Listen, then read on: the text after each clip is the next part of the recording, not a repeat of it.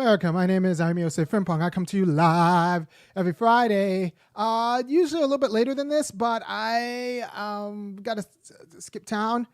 So I'm giving you the show now, and I'm going to do two quick back-to-back. This first one, part one, is about how craft is long, but life is short.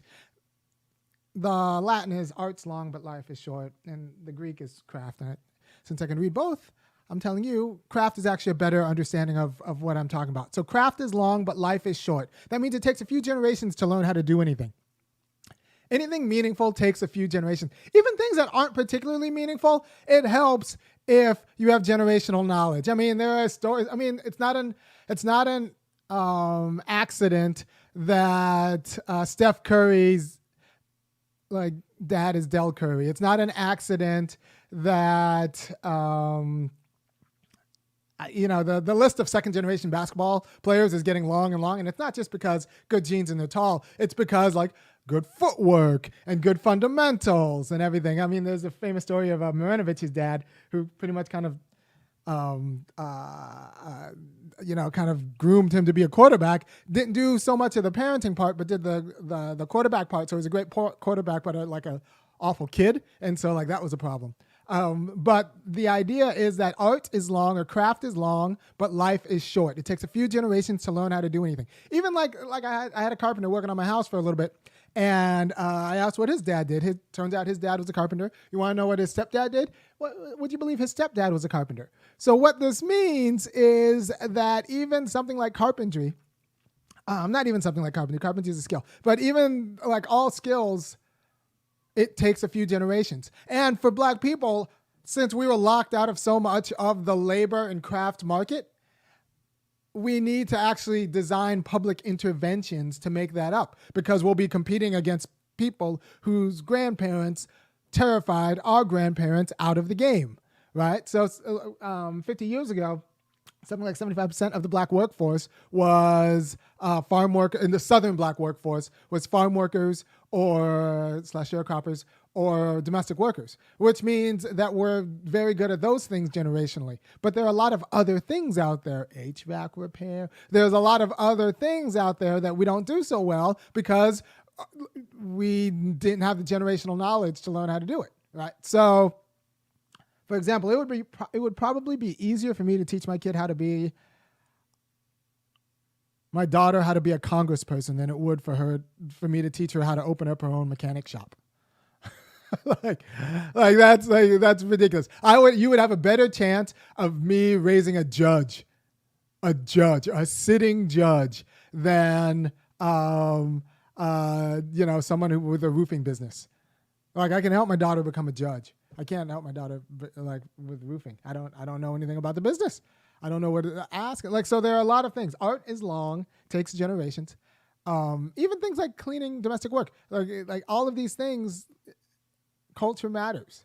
And cultural institutions don't die like humans do. They sustain and reproduce themselves. So we need to kind of build the quality of institutions that intervene on us being segregated out of the craft development. Because now if we just compete, we're not in the game.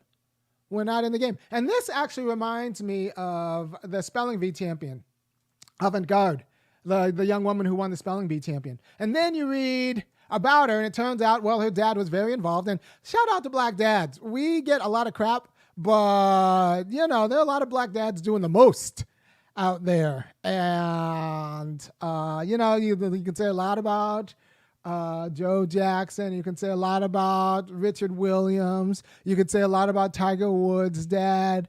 But what they're trying to do is leverage their little bit of knowledge about what it means to make it in this nation and be excellent and leverage that into they're trying to squeeze water out of a stone.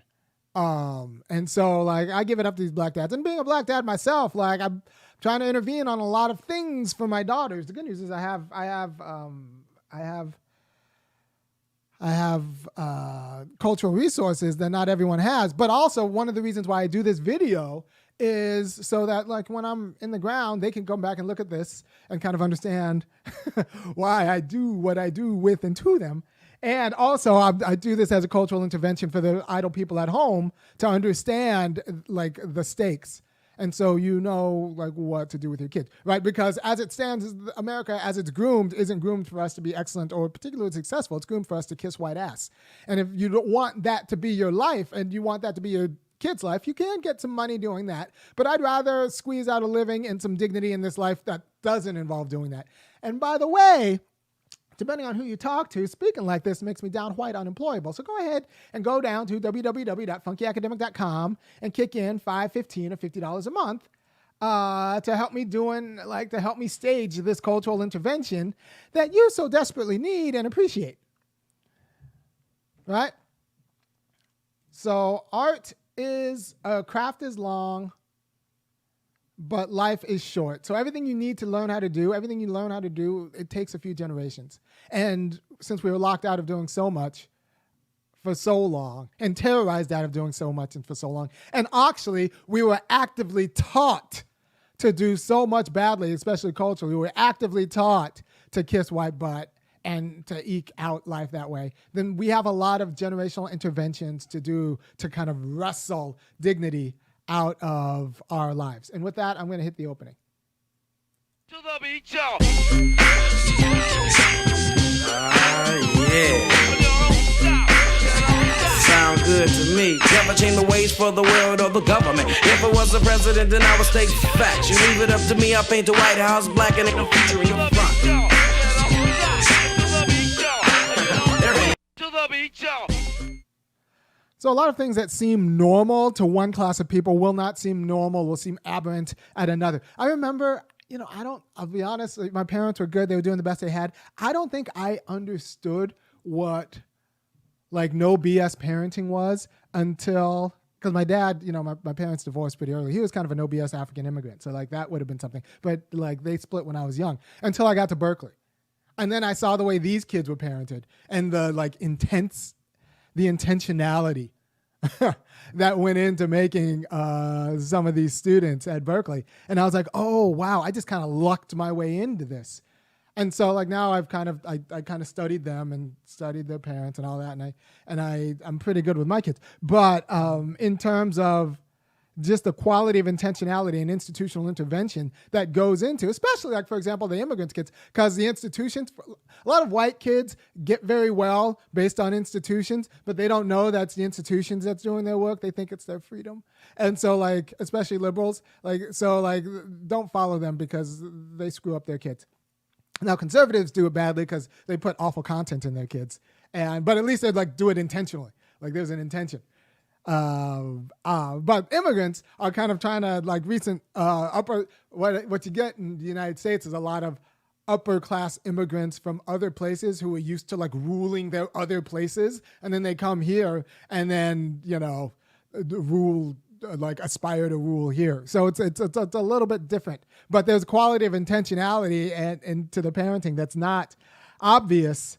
It's obvious to them, but it's not obvious to everyone that I saw at Berkeley that I want to emulate in my kids. You can call it the tiger parents or whatever, but for the most part, it's a quality of intentionality, which is markedly different from even the white family. The white family, they're coddling girls and saying, "Oh, baby, poor baby." And I'm gonna go at the white family once I'm done with this video because I think it's very important that we go on the offensive because what they teach in the white family ends up metastasizing into society and then ends up with racial injustice, and I do not like that. So next video, people say you can't go after the white family. I'm going to go right after the white family and why we need to restructure and get rid of some of the cultural commitments because it takes generations for them to learn how to treat us like trash.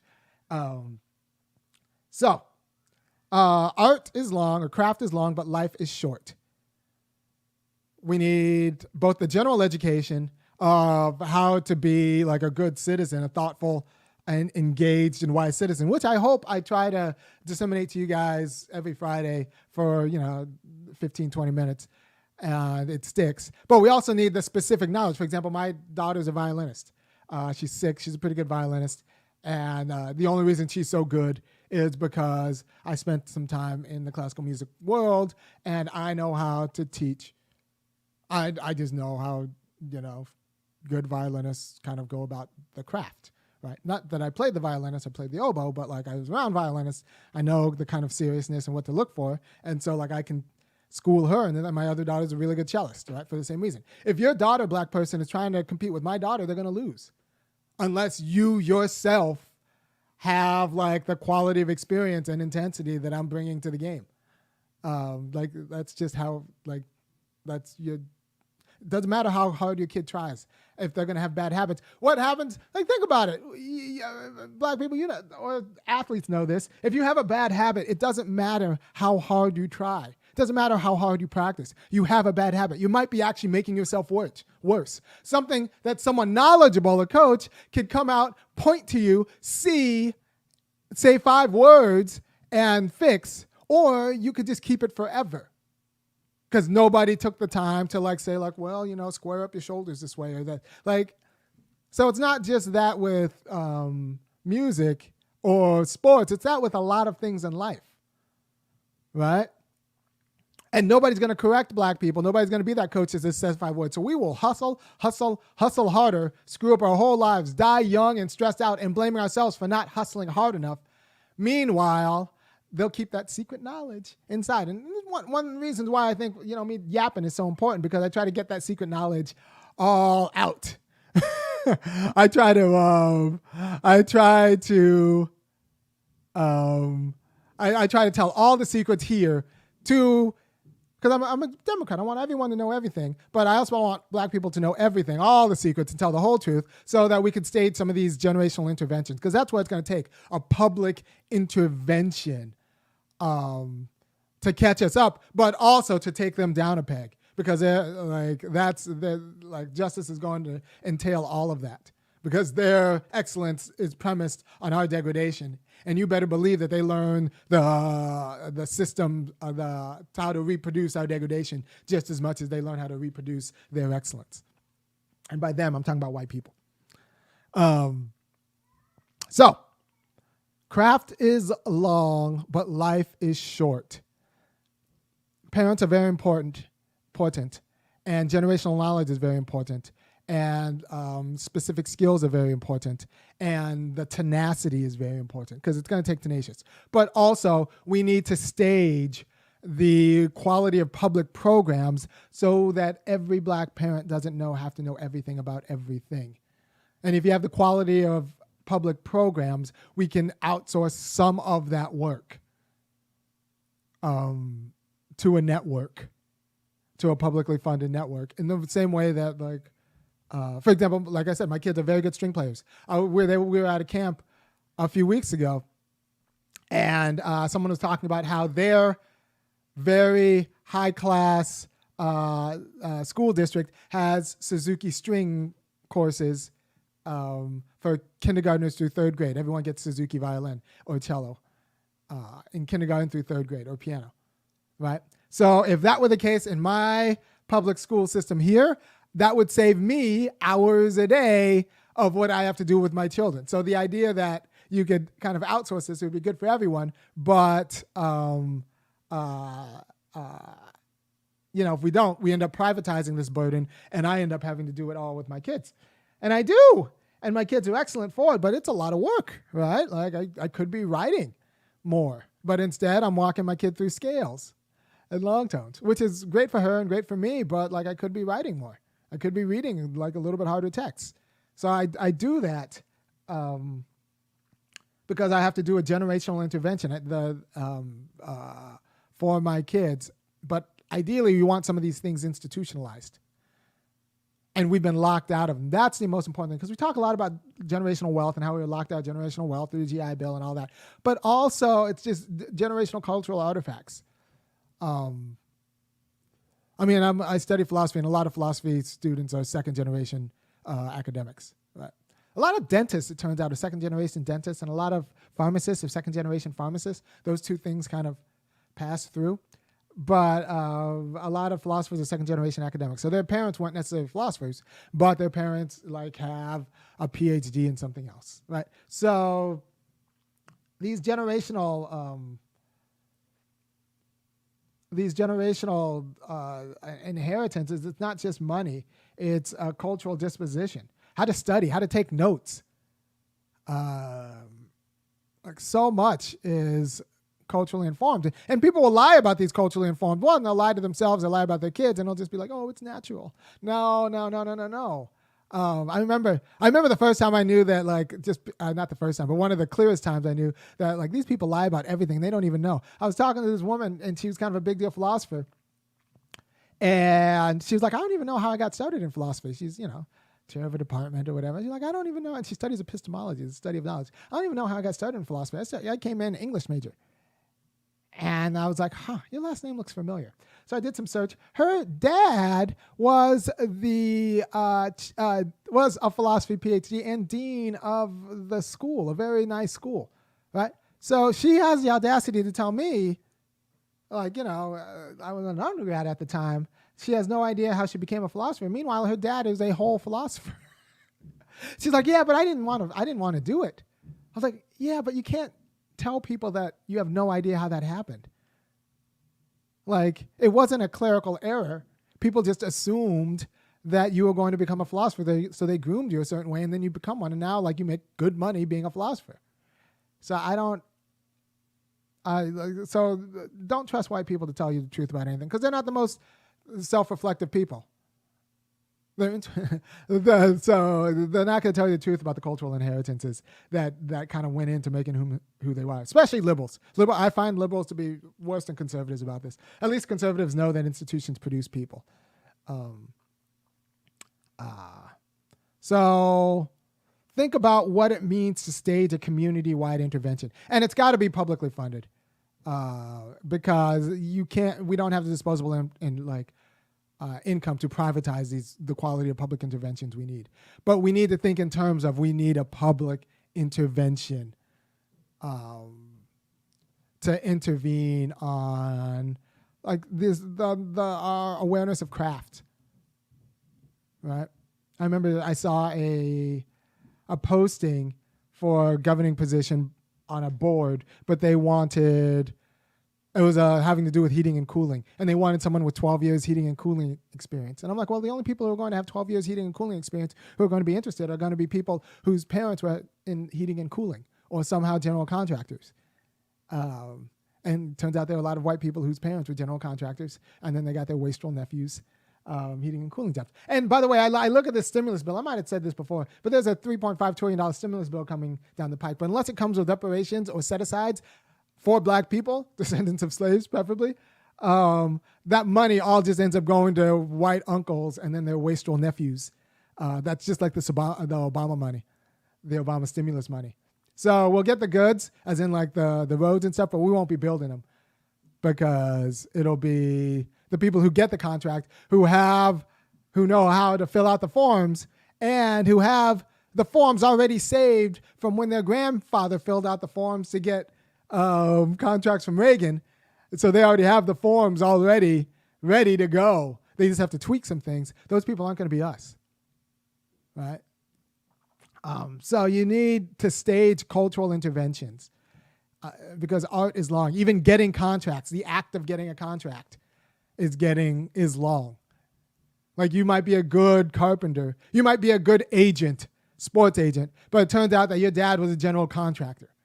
And what was the general contractor doing? Well, they were getting contracts, right? So, like, it's not a negotiating contract. So the family resemblances between the way institutional knowledge is passed down, and degradation, institutional wealth, and institutional poverty is passed down isn't arbitrary, right? And we need to stage intentional interventions.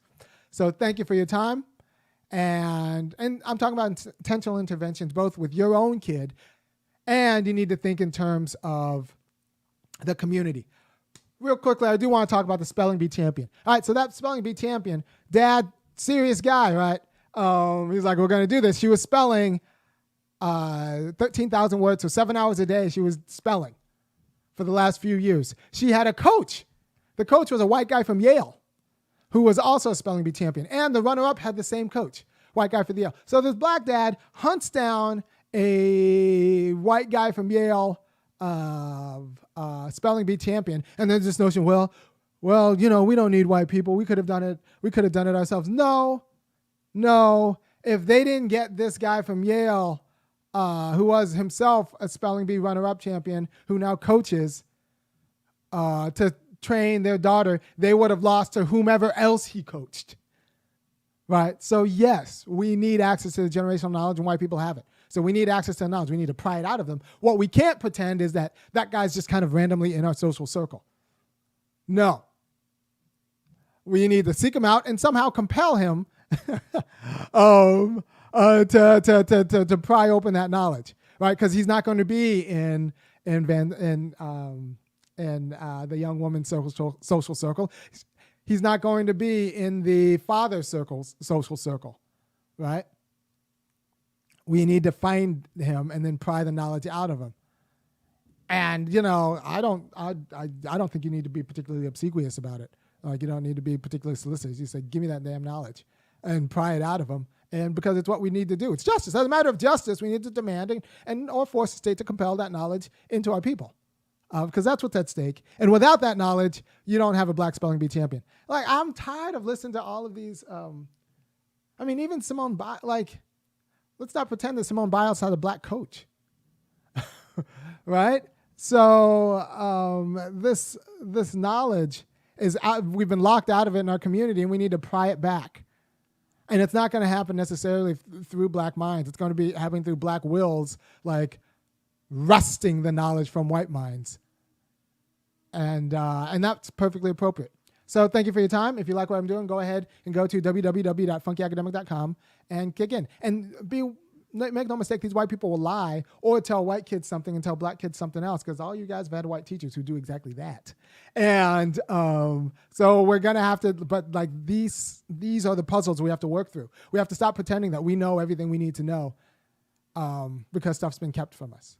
And we have to stop pretending that it doesn't matter. Right? Thanks for your time. I'm going to do another video. I'm going to prep it real quick, do another video, and I will see you soon.